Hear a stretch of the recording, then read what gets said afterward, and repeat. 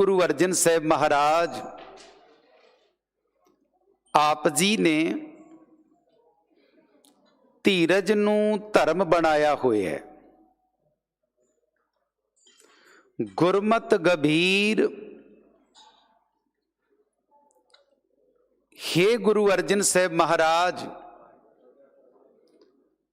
आप गुरमत विच गंभीर हो, डूंगे जिगरे वाले हो, पर दुख विसारण परायां दा दुख दूर करन वाले हो, दुख हरन वाले हो। आरंभता कीती भट्ट कल सहार जी ने कि गुरु अर्जन साहब महाराज आपने धीरज नूं धर्म बनाया होया है। जदों इंसान दे अंदर धीरज आउंदा है, सच विच वो धर्म ते आके टिकदा भी तां ही है। जे धीरज नहीं ना, फिर अज जेड़ा मत्था गुरु हरकृष्ण साहब दे दर ते टिक रहा है, शाम नूं इह किते होर जाके टिकेगा। जे धीरज होएगा ते धर्म भी पक्का होएगा। बाणी च बचन है गुरु अर्जन साहब जी दा, मिल राम प्यारे तुम बिन धीरज को ना करे। हे सोने प्यारे परमात्मा मिल, तेरे तो बिना भला सानू धीरज कौन दे सकदा है? कोई भी नहीं दे सकता। ते भट्ट कल सहार जी भी इत्थे सानू तरला लैण दा एक बड़ा प्यारा बचन झोली पाउंदे ने कि हे गुरु अर्जन साहब महाराज आपने धर्म नूं धीरज विच ते धीरज नूं धर्म विच टिका दिता। ते ये जे गुरु अर्जन साहब दे अंदर धीरज धर्म बन के टिकिया होया है, ते साडे अंदर भी धीरज होना चाहिए ते धीरज नूं धर्म बनाउणा है। सच विच जदों साडे विच धीरज ट्रांसप्लांट होएगा ना, ते धर्म ने अपने आप ही आ जाना। जिवें साहिबां दी बाणी विचों आपां बचन पढ़दे हां,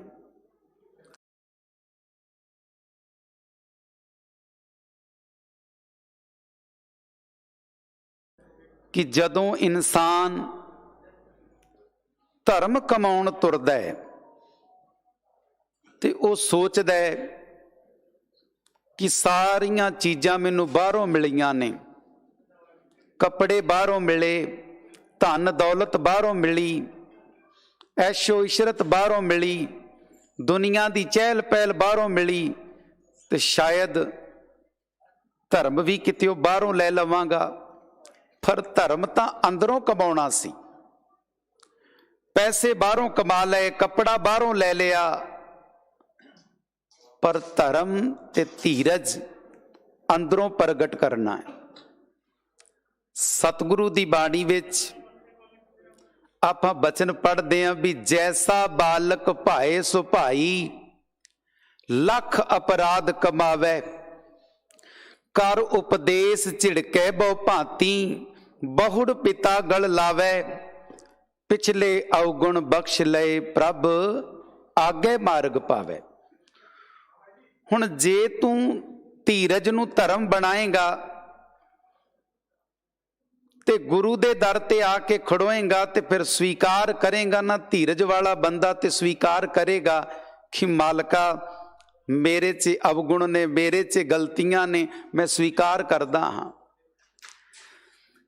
धीरज वाला बंदा घर विच जदों रोटी खाण लगेगा, प्रशादा छकण लगेगा, ते रोटी सड़ी हुई जे किते आ जाएगी तो पत्नी ते गिले शिकवे नहीं करेगा, सगों हाथ जोड़ मालक नूं आखेगा मालका ओही पत्नी है ਜਿਹੜੀ ਰੋਜ਼ ਬੜਾ ਸੋਹਣਾ ਪ੍ਰਸ਼ਾਦਾ ਪਕਾ ਕੇ ਦਿੰਦੀ ਸੀ, ਪਰ ਜੇ ਅੱਜ ਮੇਰੀ ਥਾਲੀ 'ਚ ਇਹ ਇੱਕ ਪਾਸੇ ਤੋਂ ਸੜਿਆ ਪ੍ਰਸ਼ਾਦਾ ਆਇਆ ਹੈ, ਤੂੰ ਚਾਹੁੰਦਾ ਸੀ ਮੈਨੂੰ ਕਿ ਮੈਂ ਅੱਜ ਸੜਿਆ ਹੋਇਆ ਪ੍ਰਸ਼ਾਦਾ ਛਕਾਂ ਜਾਂ ਜ਼ਿਆਦਾ ਨਮਕ ਵਾਲੀ ਸਬਜ਼ੀ ਖਾਵਾਂ, ਤੂੰ ਮੇਰੀ ਪਤਨੀ ਤੋਂ ਪਵਾ ਲਿਆ।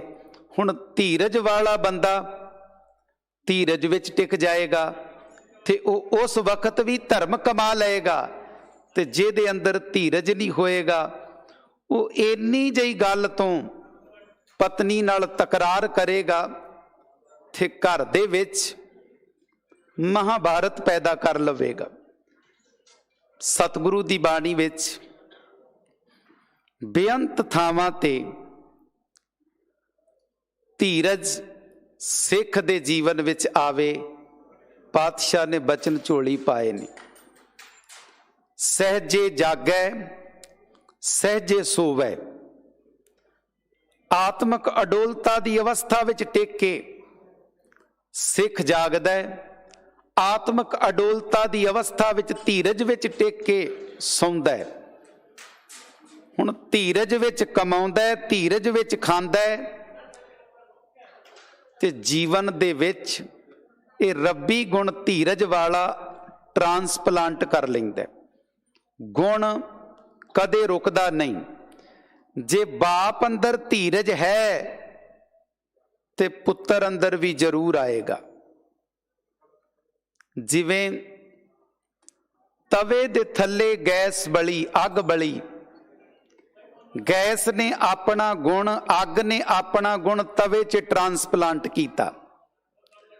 ਤਵੇ ਦੇ ਉੱਤੇ ਰੋਟੀ ਪਾਈ, ਤਵੇ ਨੇ ਉਹ ਸੇਕ ਵਾਲਾ ਗੁਣ ਰੋਟੀ ਵਿੱਚ ਟਰਾਂਸਪਲਾਂਟ ਕਰ ਦਿੱਤਾ।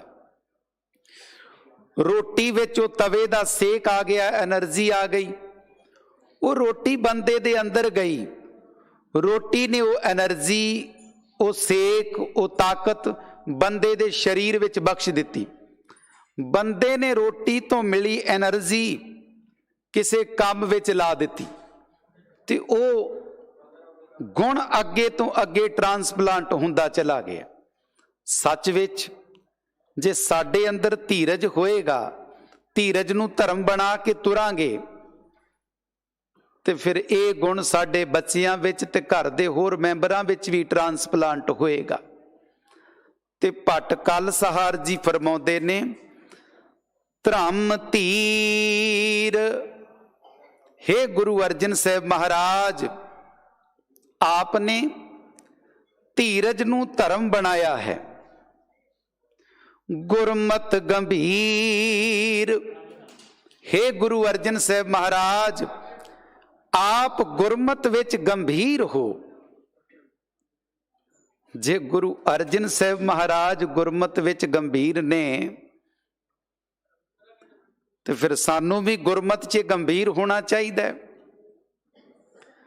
ਧੰਨ ਗੁਰੂ ਅਰਜਨ ਸਾਹਿਬ ਮਹਾਰਾਜ ਤੱਤੀ ਲੋਹ ਤੇ ਬੈਠਦੇ ਨੇ, ਗਰਮ ਰੇਤਾ ਸੀਸ ਵਿੱਚ ਪਿਵਾ ਲਿਆ, ਪਰ ਗੁਰਮਤ ਵਿੱਚ ਇੰਨੇ ਗੰਭੀਰ ਨੇ ਕਿ ਗੁਰਮਤ ਸਿਧਾਂਤ ਨਾਲ ਕੋਈ ਸਮਝੌਤਾ ਨਹੀਂ ਕੀਤਾ। ਬਾਦਸ਼ਾਹ ਕਿੰਨੇ ਮੌਕੇ ਦਿੰਦਾ ਰਿਹਾ ਕਿ ਆਪ ਬਾਦਸ਼ਾਹ ਦੀ ਖੁਸ਼ਾਮਦ ਦੇ ਸ਼ਬਦ ਪਾਓ ਬਾਣੀ ਵਿੱਚ, ਛੱਡ ਦਿੱਤੇ ਜਾਓਗੇ। ਗੁਰੂ ਅਰਜਨ ਸਾਹਿਬ ਗੁਰਮਤ ਵਿੱਚ ਇੰਨੇ ਗੰਭੀਰ ਨੇ, ਸਿਧਾਂਤ ਨਾਲ ਸਮਝੌਤਾ ਨਹੀਂ ਕੀਤਾ। 42 ਸਾਲ ਦੀ ਉਮਰ ਹੈ ਗੁਰੂ ਗੋਬਿੰਦ ਸਿੰਘ ਪਾਤਸ਼ਾਹ ਦੀ, ਤੇ 42 ਸਾਲ ਦੀ ਉਮਰ ਵਿੱਚੋਂ ਇੱਕ ਦਿਨ ਵੀ ਆਪ ਜੀ ਨੂੰ ਐਸਾ ਨਜ਼ਰ ਨਹੀਂ ਆਏਗਾ ਜਿੱਦਣ ਕਲਗੀਧਰ ਪਾਤਸ਼ਾਹ ਨੇ ਕਿਤੇ ਗੁਰਮਤ ਦੇ ਸਿਧਾਂਤ ਨਾਲ ਸਮਝੌਤਾ ਕੀਤਾ ਹੋਵੇ। ਸਤਿਗੁਰੂ ਗੁਰਮਤ ਵਿੱਚ ਗੰਭੀਰ ਨੇ, ਤੇ ਕੀ ਅਸੀਂ ਗੁਰਮਤ ਵਿੱਚ ਗੰਭੀਰ ਹਾਂ? ਸੱਚ ਵਿੱਚ ਜੇ ਅਸੀਂ ਗੁਰਮਤ ਵਿੱਚ ਗੰਭੀਰ ਹੋਈਏ, ਫਿਰ ਅੰਮ੍ਰਿਤ ਛਕ ਕੇ ਮੂੰਹ ਤੇ ਸਿਰ ਕਾਲਾ ਕਰਨ ਵਾਸਤੇ ਕਿਉਂ ਤੁਰੀਏ? ਕਿਉਂਕਿ ਅਸੀਂ ਗੁਰਮਤ 'ਚ ਗੰਭੀਰ ਨਹੀਂ। ਭੱਟ ਕਲਸਹਾਰ ਜੀ ਕਹਿ ਰਹੇ ਨੇ, ਗੁਰੂ ਅਰਜਨ ਸਾਹਿਬ ਮਹਾਰਾਜ ਆਪ ਗੁਰਮਤ ਵਿੱਚ ਗੰਭੀਰ ਹੋ, ਤੇ ਸਿੱਖਾ ਤੂੰ ਵੀ ਗੁਰਮਤ ਵਿੱਚ ਗੰਭੀਰ ਹੋ। ਜੇ ਖੰਡੇ ਬਾਟੇ ਦੇ ਅੰਮ੍ਰਿਤ ਦੀ ਦਾਤ ਲਈ ਹੈ, ਤੇ ਫਿਰ ਮੂੰਹ ਸਿਰ ਕਾਲਾ ਕਰਨ ਦੀ ਲੋੜ ਨਹੀਂ ਹੈ। ਫਿਰ ਤਾਂ ਤੂੰ ਗੁਰੂ ਦਾ ਸੱਚਾ ਸਿੱਖ ਬਣ ਕੇ ਗੁਰਮਤਿ ਤੇ ਪਹਿਰਾ ਦੇ। ਪਰ ਹੁੰਦਾ ਕੀ ਹੈ, ਅਸੀਂ ਕਿੰਨੇ ਕੁ ਗੁਰਮਤਿ 'ਚ ਗੰਭੀਰ ਹਾਂ ਕਿ ਜਿਹੜਾ ਸਮਾਂ ਸੀ ਨਿਤਨੇਮ ਦਾ, ਜਿਹੜਾ ਸਮਾਂ ਸੀ ਆਸਾ ਕੀ ਵਾਰ ਦੀ ਬਾਣੀ ਦੇ ਕੀਰਤਨ ਦਾ, ਉਹ ਸਿੱਖ ਨੇ ਕੀ ਕੀਤਾ, ਘਰ 'ਚ ਕੁੱਤਾ ਪਾਲ ਲਿਆ। ਹੁਣ ਜਿਹੜਾ ਸਮਾਂ ਸੀ ਸਵੇਰੇ ਨਿਤਨੇਮ ਦਾ, ਇਹ ਕੁੱਤੇ ਨੂੰ ਗਲ 'ਚ ਰੱਸੀ ਪਾ ਕੇ ਗਲੀਆਂ 'ਚ ਘੁਮਾਉਂਦਾ ਫਿਰਦਾ। ਖੂ ਭੋਲਿਆ, ਤੇਰਾ ਤੇ ਨਿਤਨੇਮ ਦਾ ਸਮਾਂ, ਤੂੰ ਕੁੱਤਿਆਂ ਨੂੰ ਲੈ ਕੇ ਗਲੀਆਂ 'ਚ ਕਿੱਥੇ ਤੁਰਿਆ ਫਿਰਦਾ। ਗੁਰਮਤਿ ਵਿੱਚ ਗੰਭੀਰ ਹੋ, ਇਹ ਸਮਾਂ ਤੇਰੇ ਗੁਰੂ ਦਾ ਹੈ ਤੇ ਗੁਰੂ ਦੇ ਲੇਖੇ ਲਾ। ਅੱਜ ਬੜੀ ਬਦਕਿਸਮਤੀ ਦੀ ਬਾਤ ਹੈ ਕਿ ਕੁੱਤੇ ਦਾ ਮੂੰਹ ਚੱਟਿਆ ਜਾ ਰਿਹਾ ਹੈ ਤੇ ਕੁੱਤੇ ਤੋਂ ਮੂੰਹ ਚਟਾਇਆ ਜਾ ਰਿਹਾ ਹੈ, ਪਰ ਘਰ ਵਿੱਚ ਬੈਠੇ ਬਜ਼ੁਰਗਾਂ ਦੇ ਮੂੰਹ ਤੇ ਥੁੱਕਿਆ ਜਾ ਰਿਹਾ। ਪਿੰਡ ਵਿੱਚ ਰਹਿਣ ਵਾਲਾ ਗਾਂ ਤੇ ਮੱਝ ਪਾਲੇ, ਲੋਕ ਉਹਨੂੰ ਅਨਪੜ੍ਹ ਕਹਿੰਦੇ ਨੇ, ਤੇ ਸ਼ਹਿਰ ਵਿੱਚ ਰਹਿਣ ਵਾਲਾ ਕੁੱਤਾ ਪਾਲ ਲਵੇ ਤੇ ਉਹਨੂੰ ਪੜ੍ਹਿਆ ਲਿਖਿਆ ਕਹਿੰਦੇ ਨੇ। ਜੇ ਗੁਰਮਤਿ ਵਿੱਚ ਗੰਭੀਰ ਹੋਏਗਾ ਫਿਰ ਬਾਤ ਸਮਝ ਆਏਗੀ ਕਿ ਮੈਂ ਤਾਂ ਅੰਮ੍ਰਿਤ ਵੇਲੇ ਮੁਹੱਬਤ ਕਰਨੀ ਸੀ ਸਤਿਗੁਰੂ ਦੀ ਬਾਣੀ ਨਾਲ, ਆਸਾ ਕੀ ਵਾਰ ਦੀ ਬਾਣੀ ਦੇ ਕੀਰਤਨ ਦੇ ਨਾਲ, ਤੇ ਤੂੰ ਇਹ ਕਿਹੜੇ ਪਾਸੇ ਤੁਰ ਪਿਆ। ਭੋਲਿਆ, ਜਿੰਨੀ ਮੁਹੱਬਤ ਕੁੱਤਿਆਂ ਨਾਲ, ਜਾਨਵਰਾਂ ਨਾਲ ਪਾ ਕੇ ਬੈਠਾ ਕਿ ਘਰ ਦੇ ਬਜ਼ੁਰਗਾਂ ਨਾਲ ਓਨਾ ਪਿਆਰ ਕਰਦਾ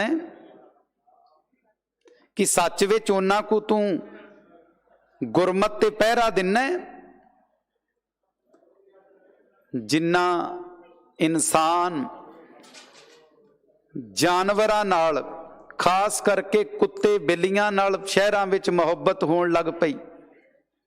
ਸਕਾ ਭਰਾ ਸਕੇ ਭਰਾ ਦੇ ਮੂੰਹ ਤੇ ਥੁੱਕ ਰਿਹਾ, ਫਿਰ ਕੁੱਤੇ ਦਾ ਮੂੰਹ ਚੱਟਿਆ ਜਾ ਰਿਹਾ ਤੇ ਕੁੱਤੇ ਤੋਂ ਮੂੰਹ ਚਟਾਇਆ ਜਾ ਰਿਹਾ। ਭੱਟ ਕਲ ਸਹਾਰ ਜੀ ਕਹਿੰਦੇ, ਗੁਰੂ ਅਰਜਨ ਸਾਹਿਬ ਮਹਾਰਾਜ ਆਪ ਗੁਰਮਤਿ ਵਿੱਚ ਗੰਭੀਰ ਹੋ ਤੇ ਸਿੱਖਾ ਤੂੰ ਵੀ ਗੁਰਮਤਿ ਵਿੱਚ ਗੰਭੀਰ ਹੋ।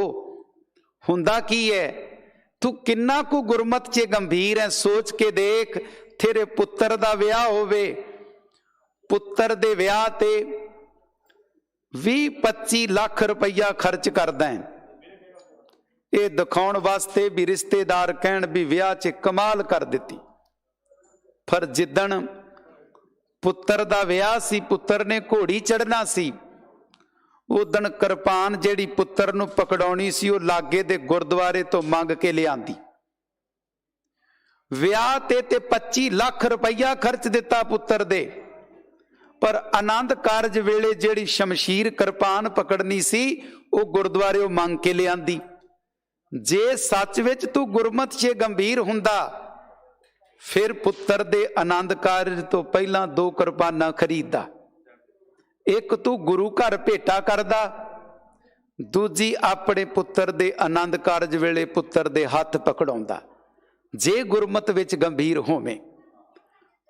ਹੇ ਗੁਰੂ ਅਰਜਨ ਸਾਹਿਬ ਮਹਾਰਾਜ, ਆਪ ਗੁਰਮਤਿ ਵਿੱਚ ਗੰਭੀਰ ਹੋ, ਸਾਡੇ ਤੇ ਵੀ ਪਾਤਸ਼ਾਹ ਮਿਹਰਮਤ ਕਰੋ, ਅਸੀਂ ਵੀ ਗੁਰਮਤਿ ਵਿੱਚ ਗੰਭੀਰ ਹੋ ਜਾਈਏ, ਗੁਰਮਤਿ ਤੇ ਅਸੀਂ ਵੀ ਪਹਿਰਾ ਦੇ ਸਕੀਏ। ਤੇ ਜਦੋਂ ਸਿੱਖ ਗੁਰਮਤਿ ਵਾਲੇ ਪਾਸੇ ਤੁਰਦਾ ਹੈ ਸੱਚ ਵਿੱਚ, ਫਿਰ ਉਹਨੂੰ ਪਤਾ ਲੱਗਦਾ ਵੀ ਆਹ ਵਾਲਾ ਚੜਿਆ ਹੋਇਆ ਨਵਾਂ ਸਾਲ ਇਹ ਨਾਨਕਸ਼ਾਹੀ ਸੰਮਤ ਮੁਤਾਬਕ ਨਹੀਂ ਹੈ, ਇਹ ਤਾਂ ਅੰਗਰੇਜ਼ੀ ਕੈਲੰਡਰ ਦਾ ਨਵਾਂ ਸਾਲ ਹੈ। ਨਵੇਂ ਸਾਲ ਵਿੱਚ ਅੱਜ ਤੈਨੂੰ ਕੀ ਪ੍ਰਤੀਤ ਹੋਏਗਾ ਕਿ ਵੀ ਸਿਰਫ ਤਾਂ ਸਿਰਫ ਸਾਲ ਦੇ ਵਿੱਚੋਂ ਅੰਕ ਬਦਲ ਗਿਆ, ਦਿਨਾਂ ਵਿੱਚੋਂ ਤੇ ਗਿਣਤੀ ਰੋਜ਼ ਬਦਲਦੀ ਸੀ, ਮਹੀਨੇ ਦੀ ਗਿਣਤੀ 30 ਦਿਨਾਂ ਬਾਅਦ ਬਦਲਦੀ ਸੀ, पर साल वाली गिनती का अंक अज बदल गया, 21 तो 22 आ गया। पर याद रखी, सतगुरु की बाणी कहती है भी जे तू गुरमत विच गंभीर होवें ते तैनू पता लगेगा कि सोई दिवस सुहावड़ा जित प्रभ आवे चित। तेरे ਲਈ ਉਹ दिन चंगा है जिदन तैनू गुरु चेते आ जाए। वो दिन तेरे लिए मुबारक है। सोई दिवस सुहावड़ा जित प्रभ आवे चित। जित दिन विसरे पार ब्रह्म फिट भलेरी रुत। सतगुरु कहते ने, गुरु अर्जन साहब का बचन है। पातशाह कहते जिदन तैनू परमात्मा भुल गया, नवें साल दी दिन दी बात छड्ड, पूरी दी पूरी 3 महीने दी रुत ही फिटकार योग होएगी जे तैनू परमात्मा भुल गया। भागां वाले हो, नवें साल दी आमद दे गुरु चरनां च नसमस्तक हो के सतगुरु नू चेते करके नवें साल नू जी आया कह रहे हो। पातशाह ने बाणी च होर बचन कीता, कहण लगे सिखा साहिब मेरा नीत नवा। देख तू कहेगा भी साल नवा चढ़े है, पक्की गल है, अज ते कहेगा साल नवा चढ़े है, पर जिदन 31 दिसंबर 2022 आएगा तू कहेगा साल पुराना हो गया। जिवें अज कह रहे हैं कि 2021 तां पुराना साल पिछला लंघ चुकिया, साल भी समा पा के पुराना हो जाएगा। पर सतगुरु कहते परमात्मा वाहिगुरु ऐसा है जेड़ा नित नवा है, वो कदे पुराना नहीं हुंदा। सच ने कदे पुराना नहीं होना। साहिब मेरा नीत नवा सदा सदा दातार। वो परमात्मा सदा सदा दाता देण वाला है। फिर बाणी ने बचन फरमाया, सच पुराना होवे नाही सीता कदे ना पाटै। सच ने कदे पुराना नहीं होना। साल अज नवा समा पा के पुराना होएगा, पर जे तू सच दे लड़ लगेगा ते सच ने कदे पुराना नहीं होना। सच जुगो जुग अटल सच है, उन्हें कदे पुराना नहीं होना। देखो किसी ने कहा कि 50 साल हो गए मैनू जपजी साहब की बाणी का पाठ करदे आ, हुण ते जपजी साहब का पाठ पुराना हो गया। कदे नहीं किया। सवेरे सिख उठदा सगों पिछले दिन नालों अज वध चाह दे नाल बाणी का पाठ करदा है, उन्होंने प्रतीत हुंदा बाणी मेरे लिए अज फिर होर कुछ नवा बख्शेगी। बाणी सच है, सच ने कदे पुराना नहीं होना। सिखा दिन महीने साल लंघ के पुराने होणगे, सच नाल जुड़ इन्हें कदे पुराना नहीं होना। सच पुराना होवे नाही सीता कदे ना पाटै। ते जेदा मन परमात्मा दी सिफत सलाह विच सीता जाए, वो वाले मन ने फिर कदे पाटना नहीं, खिलरना नहीं। जेड़े गुरमत विच गंभीर ने, वो जदों नानक शाही सम्मत मुताबक एक चेत नूं नवां साल आउंदा है, वो चावां नाल उस दिन नूं भी मनाउंदे ने। हाँ, प्रबंधक सज्जण जदों गुरमत विच गंभीर होए ते प्रतीत होया कि आ अंग्रेजी कैलेंडर दा नवां साल सिख पब्बां ते क्लबां च जाके मनाउंदे ने, क्यों ना इन्हां नूं उत्थों मोड़ के गुरु घर वाले पासे लैके आईए। सतगुरु फरमाउंदे ने कि सिख जदों गुरमत विच गंभीर होएगा फिर सच ते पहरा देगा।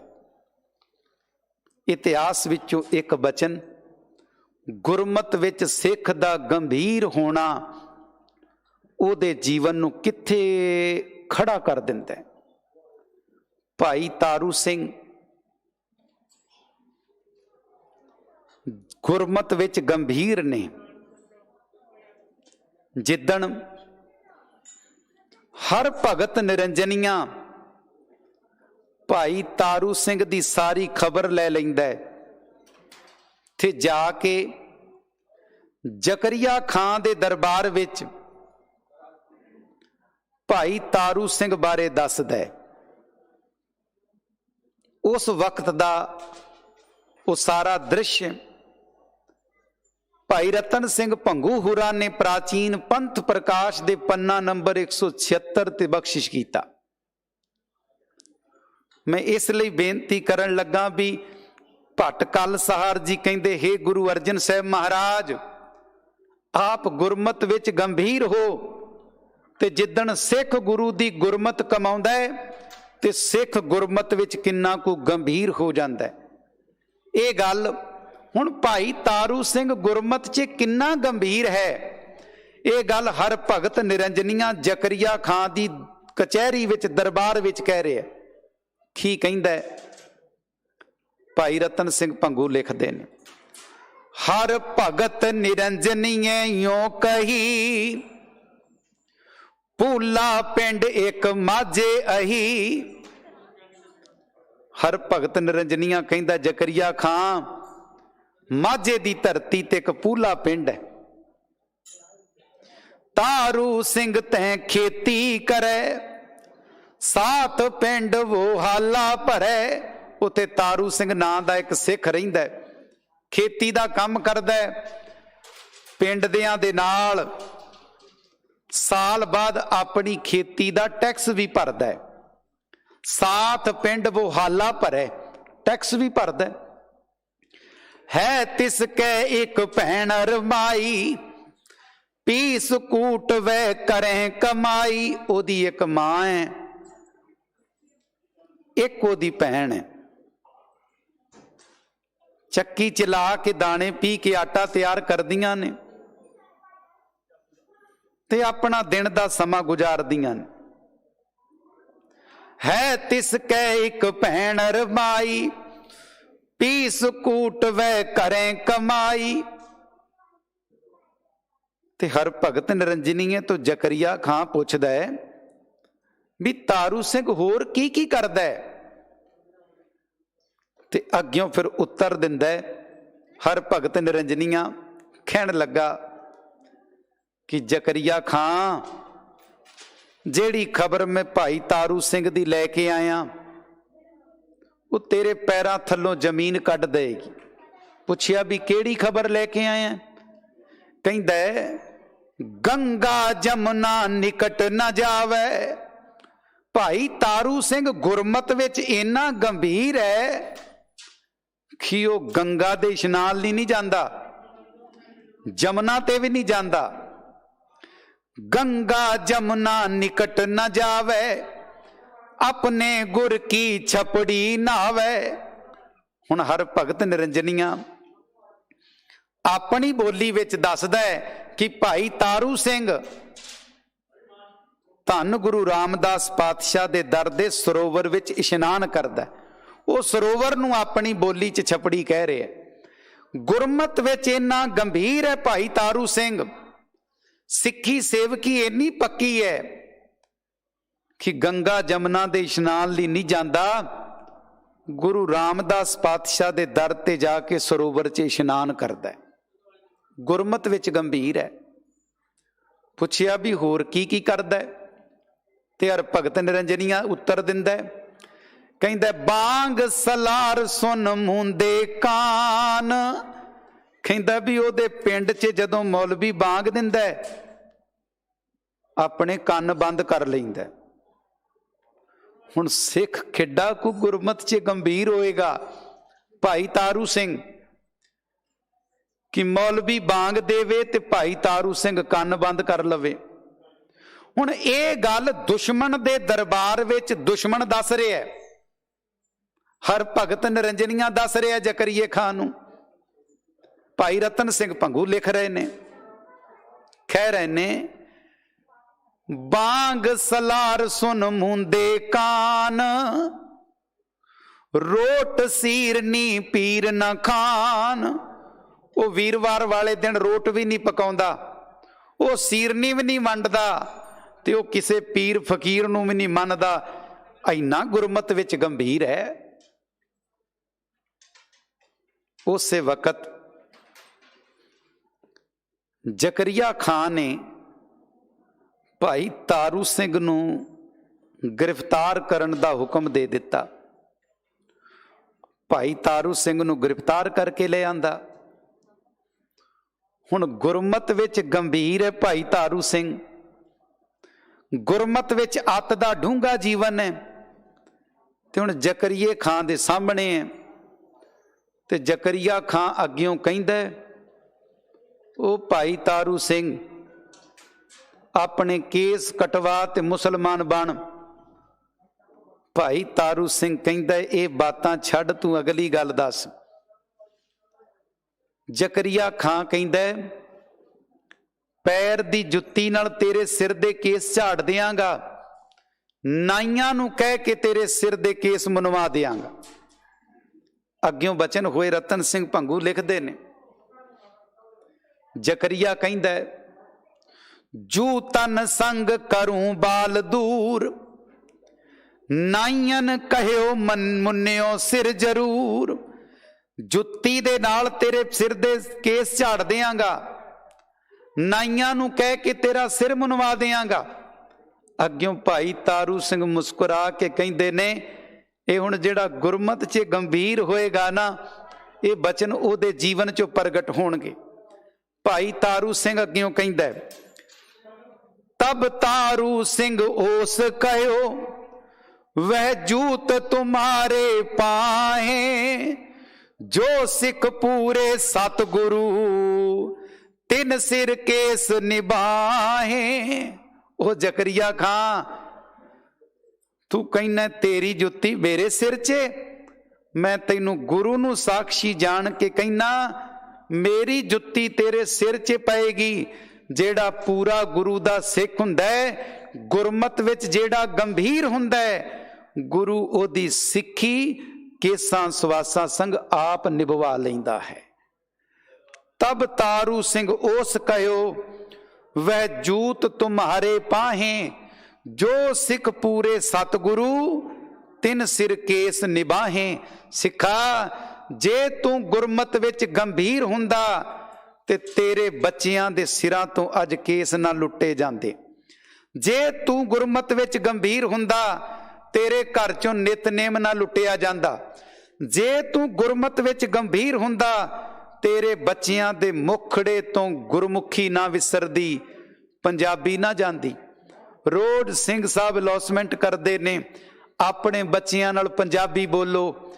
जे तू गुरमत विच गंभीर होवें ते अपने बच्चियां नू भला पंजाबी क्यों बोलनी ना सिखाएं।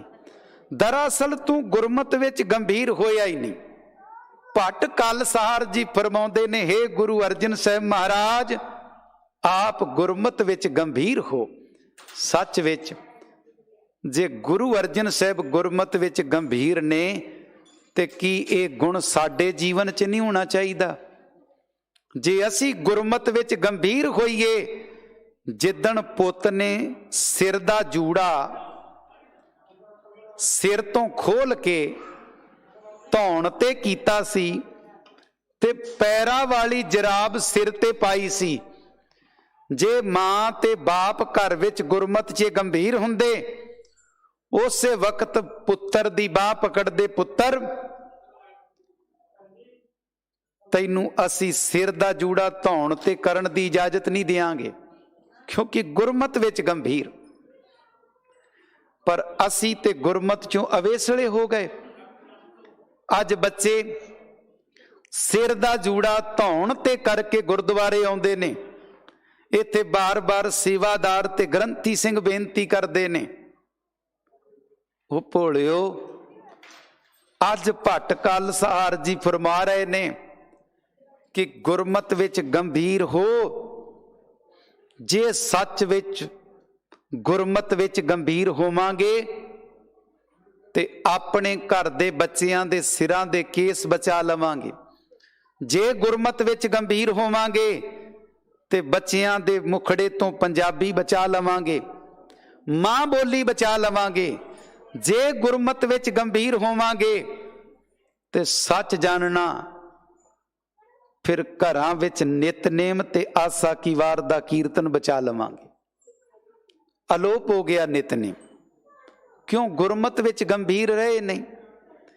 ਅਗਲਾ ਬਚਨ ਭੱਟ ਕਲਸਹਾਰ ਜੀ ਫਰਮਾਉਂਦੇ ਨੇ, ਧਰਮ ਧੀਰ ਗੁਰਮਤ ਗੰਭੀਰ ਪਰ ਦੁੱਖ ਵਿਸਾਰਣ।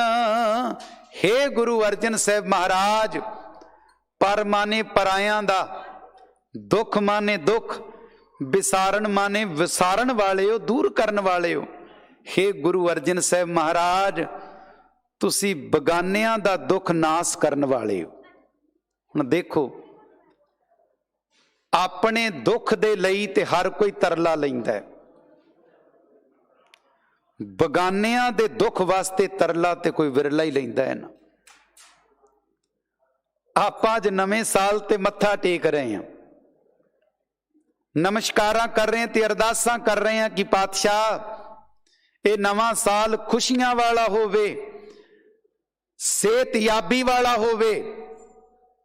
ਤੇ ਕੀ ਸੋਚ ਕੇ ਦੇਖੋ, ਪਰਮਾਤਮਾ ਕੋਈ ਦਿਨ ਐਸਾ ਚੜਾਉਂਦਾ ਹੈ ਵੀ ਜਿੱਦਣ ਤੇਰੀ ਸਿਹਤ ਖਰਾਬ ਹੋਵੇ। ਰੱਬ ਐਸਾ ਦਿਨ ਚੜਾਉਂਦਾ ਹੈ ਵੀ ਤੇਰੀ ਜ਼ਿੰਦਗੀ 'ਚ ਦੁੱਖ ਆਵੇ। ਪਰਮਾਤਮਾ ਤਾਂ ਡੇਲੀ ਜਿਹੜਾ ਦਿਨ ਚੜਾਉਂਦਾ ਹੈ ਉਹ ਖੁਸ਼ੀਆਂ ਵਾਲਾ ਹੀ ਤੇਰੀ ਝੋਲੀ ਪਾਉਂਦਾ ਹੈ। ਪਰ ਖੁਸ਼ੀਆਂ ਨੂੰ ਦੁੱਖਾਂ ਵਿੱਚ ਤਬਦੀਲ ਕਰਨ ਲਈ ਤੂੰ ਕਦਮ ਚੁੱਕਦਾ ਹੈ। ਹੁਣ ਜਿਹੜਾ ਬੰਦਾ ਨਵੇਂ ਸਾਲ ਦੀ ਖੁਸ਼ੀ ਮਨਾਉਂਦਾ ਮਨਾਉਂਦਾ ਸ਼ਰਾਬ ਦੀ ਬੋਤਲ ਨਾਲ ਸਾਂਝ ਕਰ ਬੈਠਾ, ਤੇ ਹੁਣ ਇੰਨੀ ਪੀਤੀ ਕਿ ਕਿਡਨੀਆਂ ਖਰਾਬ ਹੋ ਗਈਆਂ, ਹੁਣ ਰੱਬ ਨੂੰ ਆਖੇ ਵੀ ਨਵਾਂ ਸਾਲ ਤੇ ਚੜਿਆ ਸੀ ਪਰ ਦੁੱਖ ਲੈ ਆਇਆ। ਗੁਰੂ ਅਰਜਨ ਸਾਹਿਬ ਦੇ ਲਈ ਭੱਟ ਕਲਸਹਾਰ ਜੀ ਬਚਨ ਫਰਮਾਉਂਦੇ ਨੇ, ਹੇ ਧੰਨ ਗੁਰੂ ਅਰਜਨ ਸਾਹਿਬ ਮਹਾਰਾਜ, ਆਪ ਬਗਾਨਿਆਂ ਦੇ ਦੁੱਖ ਭੁਲਾਉਣ ਵਾਲੇ ਹੋ ਪਰ ਦੁੱਖ ਵਿਸਾਰਨ, ਬਗਾਨਿਆਂ ਦੇ ਦੁੱਖਾਂ ਨੂੰ ਨਾਸ ਕਰਨ ਵਾਲੇ ਹੋ। ਤੇ ਜਦੋਂ ਆਪਾਂ ਸਨ 1597 ਦਾ ਇਤਿਹਾਸ ਪੜ੍ਹਾਂਗੇ ਤੇ ਸਾਨੂੰ ਪਤਾ ਲੱਗੇਗਾ ਕਿ ਲਾਹੌਰ ਦੀ ਧਰਤੀ ਤੇ ਕਾਲ ਪੈ ਗਿਆ। ਗਲੀਆਂ ਦੇ ਵਿੱਚ ਲਾਸ਼ਾਂ ਦੇ ਢੇਰ ਵਿਛਣ ਲੱਗ ਪਏ। ਲਾਹੌਰ ਸਰਕਾਰ ਨੇ ਵੀ ਆਪਣਾ ਹੱਥ ਪਿੱਛੇ ਨੂੰ ਖਿੱਚ ਲਿਆ। ਗੁਰੂ ਅਰਜਨ ਸਾਹਿਬ ਜੀ ਨੂੰ ਖਬਰ ਮਿਲੀ, ਧੰਨ ਗੁਰੂ ਅਰਜਨ ਸਾਹਿਬ ਮਹਾਰਾਜ ਲਾਹੌਰ ਦੀ ਧਰਤੀ ਤੇ ਪਹੁੰਚੇ। ਗੁਰੂ ਘਰ ਦੇ ਦਸਵੰਧ ਦੇ ਨਾਲ ਅਕਾਲ ਪੀੜਤਾਂ ਦੀ ਮਦਦ ਕੀਤੀ। ਤੇ ਜਦੋਂ ਸਤਿਗੁਰੂ ਗਲੀਆਂ ਚੋਂ ਲੰਘੇ ਤੇ ਕੀ ਦੇਖਿਆ ਕਿ ਲਾਸ਼ਾਂ ਦੇ ਢੇਰ ਗਲੀਆਂ 'ਚ ਪਏ ਨੇ। ਲਾਸ਼ਾਂ ਇੰਨੀਆਂ ਗਲ ਚੁੱਕੀਆਂ ਨੇ ਕਿ ਹੱਥ ਲਾਸ਼ ਤੇ ਰੱਖਿਆ ਜਾਏ ਤੇ ਹੱਥ ਲਾਸ਼ ਦੇ ਅੰਦਰ ਵੜ ਜਾਂਦਾ ਸੀ। ਉਹ ਸੜੀਆਂ ਗਲੀਆਂ ਲਾਸ਼ਾਂ ਧੰਨ ਗੁਰੂ ਅਰਜਨ ਸਾਹਿਬ ਜੀ ਨੇ ਆਪਣੀ ਪਿੱਠ ਤੇ ਚੁੱਕ ਕੇ ਸੰਸਕਾਰ ਕੀਤਾ। ਦੁਖੀਆਂ ਦੇ ਦੁੱਖ ਹਰੇ, ਦਸਵੰਧ ਨਾਲ ਸੇਵਾ ਕੀਤੀ। ਤੇ ਲਾਹੌਰ ਦੇ ਡੱਬੀ ਬਾਜ਼ਾਰ ਵਿੱਚ ਧੰਨ ਗੁਰੂ ਅਰਜਨ ਸਾਹਿਬ ਜੀ ਨੇ ਬੌਲੀ ਸਾਹਿਬ ਤਿਆਰ ਕੀਤੀ। ਕਾਹਦੇ ਲਈ? ਕਿ ਬਰਸਾਤ ਨਹੀਂ ਹੋਈ ਤੇ ਕਾਲ ਪਿਆ ਹੋਇਆ, ਅਕਾਲ ਪੀੜਤਾਂ ਦੀ ਮਦਦ ਪਾਤਸ਼ਾਹ ਨੇ ਕੀਤੀ। ਹੁਣ ਉਹਦੇ ਵਿੱਚ ਸਿੱਖ ਨਹੀਂ, ਬਗਾਨੇ ਵੀ ਸਨ। ਤੇ ਅੱਜ ਭੱਟ ਕਲਸਹਾਰ ਜੀ ਫਰਮਾਉਂਦੇ ਨੇ, ਹੇ ਗੁਰੂ ਅਰਜਨ ਸਾਹਿਬ ਮਹਾਰਾਜ, ਪਰ ਦੁੱਖ ਵਿਸਾਰਨ, ਆਪ ਬਗਾਨਿਆਂ ਦਾ ਦੁੱਖ ਵਿਸਾਰਨ ਵਾਲੇ ਹੋ, ਬਗਾਨਿਆਂ ਦਾ ਦੁੱਖ ਨਾਸ ਕਰਨ ਵਾਲੇ ਹੋ। ਅਗਲਾ ਬਚਨ, ਸ਼ਬਦ ਸਾਰ ਹਰ ਸਮ ਉਧਾਰ। ਹੇ ਗੁਰੂ ਅਰਜਨ ਸਾਹਿਬ ਮਹਾਰਾਜ, ਸ਼ਬਦ ਸਾਰ, ਆਪ ਸ੍ਰੇਸ਼ਟ ਸ਼ਬਦ ਵਾਲੇ ਹੋ। गुरु अर्जन साहब महाराज तुहाडा शब्द अत दा श्रेष्ठ है। सार दा अखरी अर्थ है श्रेष्ठ। सच विच शब्द किन्ना कु श्रेष्ठ है गुरु दा कि जिदन सिख गुरु दे शब्द नूं कमा लैंदा है, उदन सतगुरु दी बाणी दा शब्द सिख दा जीवन बदल दिंदा है।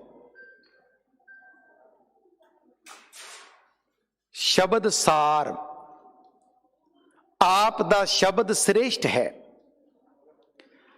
हर सम उधार, हर माने परमात्मा, सम माने वर्गा, उदार वड्डा जिगरा। हे गुरु अर्जन साहब महाराज, परमात्मा वर्गा आप जी दा वड्डा जिगरा है। जिवें परमात्मा विशाल है, रब जिवें वड्डे जिगरे वाला है, हे गुरु अर्जन साहब महाराज आप भी परमात्मा वर्गे वड्डे जिगरे वाले हो। अहमेव निवारण, अहमेव दा अखरी अर्थ है हौमे, निवारण दा अखरी अर्थ है दूर करने वाले। धन गुरु अर्जन साहब महाराज आप हौमे नू दूर करने वाले हो। सच विच साडे विच भी हौमे कुट कुट के भरी है। पटकल सार जी कहंदे गुरु अर्जन साहब तुसी हौमे नू दूर करने वाले हो, ते तू भी तरला लै सिखा आख पातशाह तुहाडे दर ते आया, मेरे अंदर दी भी हौमे निवार दियो। और इन्नी हौमे बाहर खड़ोते सेवादार ने गेट ते हथ जोड़ के कहा मास्क ला लो। जबरदस्ती सेवादार नू क्रॉस करके ते बिना मास्क तो तू अंदर आवें, यह भी तेरी हौमे दा प्रतीक है। और जे तू उत्थे चंद मिनट ला के ते जिद्दां ही हाल से अंदर वड़िया फिर उतारें, यह भी तेरी हौमे दा ही प्रतीक है कि मैनू किहड़ा किसी ने रोक लैना। नहीं भाई, बीमारी दे सामने हौमे ते अंकार किहदा टिके है। किड्डे किड्डे अंकारियां ते हौमे भरियां नू बीमारी ने 2021 विच टब्बरां दे टब्बर, खानदान दे खानदान साफ कर दिते। बीमारी दे सामने अंकार ते हौमे किसे दी नहीं चलदी भाई। जे गुरु घरों रोज सारियां दी सलामती दी अरदास हुंदी है, ते भाई जे बीमारी तो बचण दे ढंग तरीके ने ते उन्हां नूं भी अपना। भटकल सहार जी कहंदे गुरु अर्जन साहब महाराज आप हौमे नूं दूर करने वाले हो। अगला बचन, महादान सतगुर ज्ञान। हे गुरु अर्जन साहब महाराज महादान आप वड्डे दानी हो। सच विच गुरु अर्जन साहब वर्गा दानी कौन होवेगा, जिन्हां ने साडे लई गुरु ग्रंथ साहब रूपी थाल परोस के दे दिता। गुरु अर्जन साहब तो वड्डा दानी कौन होवेगा, जिन्हां ने तत्ती लोह ते बैठ के गर्म रेता सीस च पवा के पानी दी देग विच उबाले खा के शहादत दा जाम पीता, शहीदां दे सरताज खाए। ते हे गुरु अर्जन साहब महाराज आप वड्डे दानी हो। महादान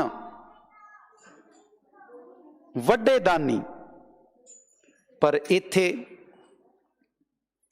दान देण लग्गियां भी सतगुरु सिख नूं अलर्ट करदे ने कि सिखा ऐसा ना होवे तू दान उत्ते जाके देवें जेड़े दान लैके मुड़ के शराबां ते कबाबां वाले पासे तुर पैण। सिंह साहब भी बेनती करते हुंदे ने पावन बचन दी, अकली साहिब सेवीए अकली पाइए मान, अकली पढ़ के बुझीए अकली कीचै दान। दान देण लगिया भी अकल वरत। गुरु अर्जन साहिब जी दे लई भट्ट कल सहार कहंदे पातशाह आप वड्डे दानी हो। सतगुर ज्ञान, हे गुरु अर्जन साहिब महाराज आप जी कोल सतगुरु वाला ज्ञान है। मन चाओ ना हुटै, धन गुरु अर्जन साहिब महाराज आप जी दे मन विचों कदे चाह आनंद मुकदा ही नहीं। साडे अंदर सदा दा चाह नहीं रहिंदा। सवेरे उठे चाह सी, दिन ढलिया ते चाह भी मुक गया। आप जी दे मन विचों कदे चाह मुकदा नहीं। मन चाओ ना हुटै, सतवंत हर नाम मंत्र। हे गुरु अर्जन साहिब महाराज आप सच ते पहरा देण वाले हो। सतवंत दा अखरी अर्थ है सच ते पहरा देण वाले।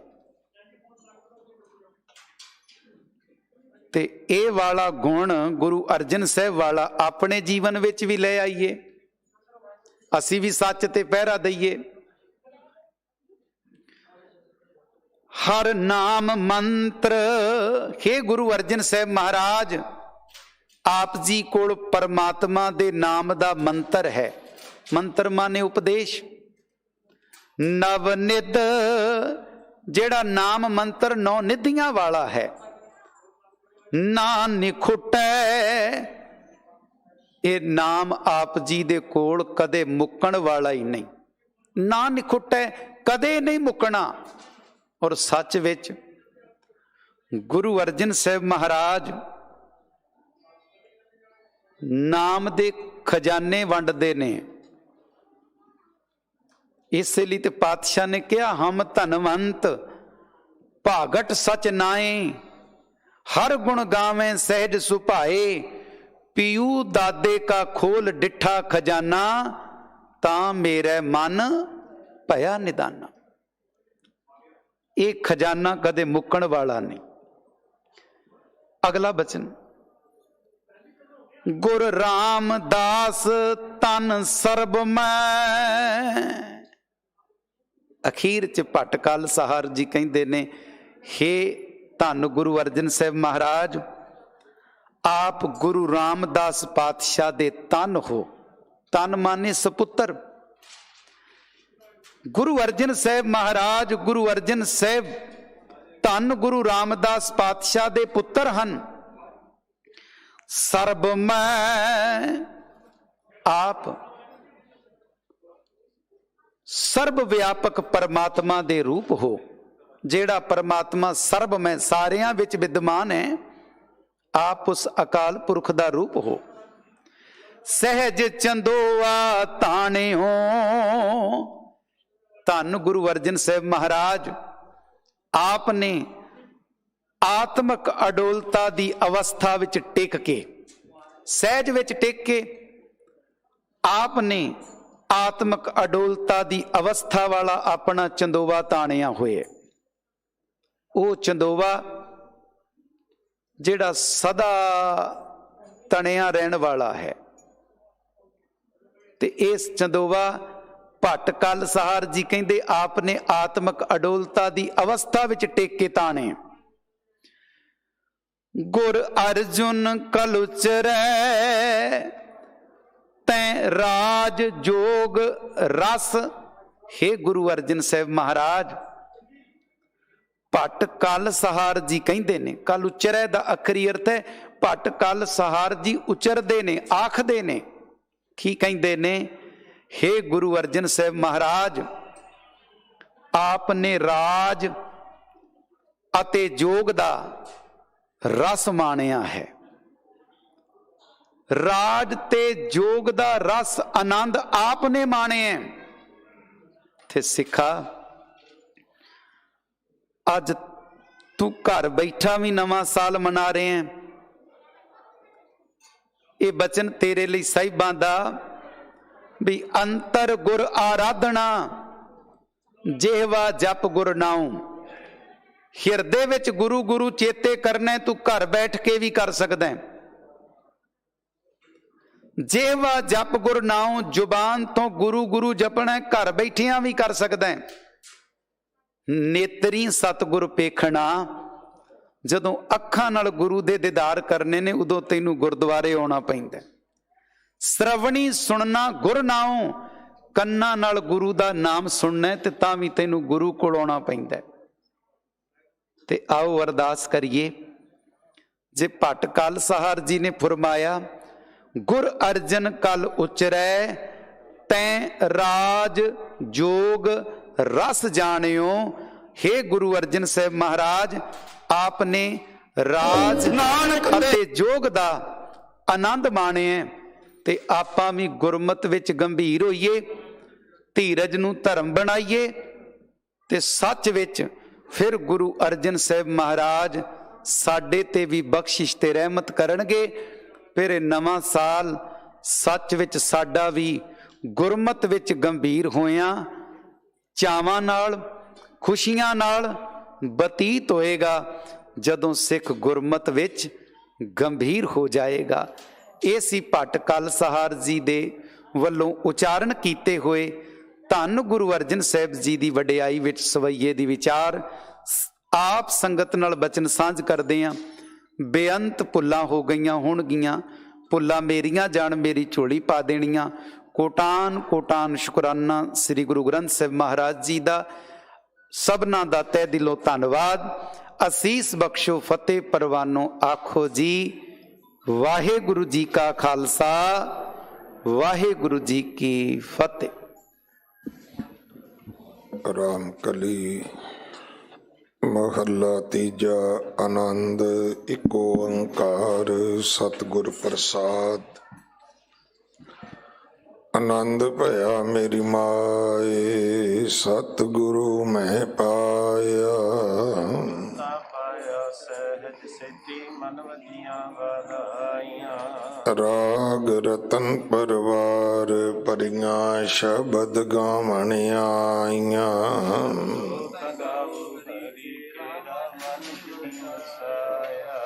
ਕਹਿ ਨਾਨਕ ਆਨੰਦ ਹੋਆ, ਸਤਿਗੁਰੂ ਮੈਂ ਪਾਇਆ। ਸਦਾ ਰੋ ਹਰ ਨਾਲੇ, ਹਰ ਨਾਲ